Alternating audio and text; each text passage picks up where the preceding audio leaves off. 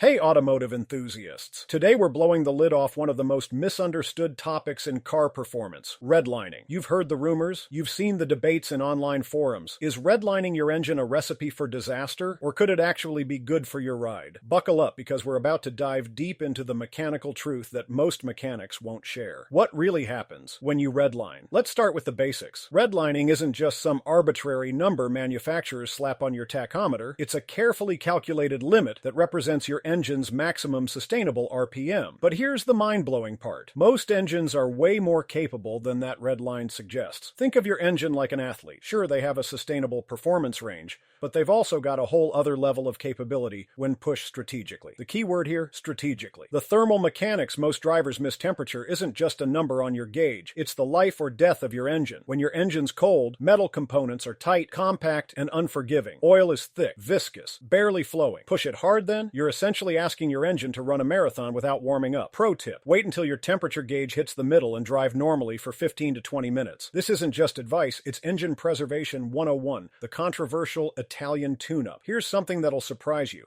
Occasional high RPM driving can actually benefit your engine. I call this the Italian tune-up, and it's not just a cool name. Short trips and city driving create carbon buildup. Your fuel injectors get lazy. Valves start sticking. It's like a human who never leaves the couch. By occasionally taking your car to higher RPMs, safely and legally, you're essentially giving your engine a deep tissue massage. What really damages engines? Forget what you've heard about redlining. The real engine killer? Something mechanics call the money shift, accidentally downshifting into the wrong gear and over-revving. That can destroy your engine faster than you can say expensive repair. Your redlining survival guide temperature is king. Never redline a cold engine, period. Quality matters. Well-maintained cars can handle occasional high RPM runs. Listen to your ride. If something sounds off, back down immediately. Your engine is a precision instrument. Treat it with respect, push it intelligently, and it'll reward you with years of exhilarating performance. Want to learn more about keeping your ride in peak condition? Hit that subscribe button and join the most informed automotive community on YouTube. One last pro tip. Every mile is a conversation between you and your machine. Make it count.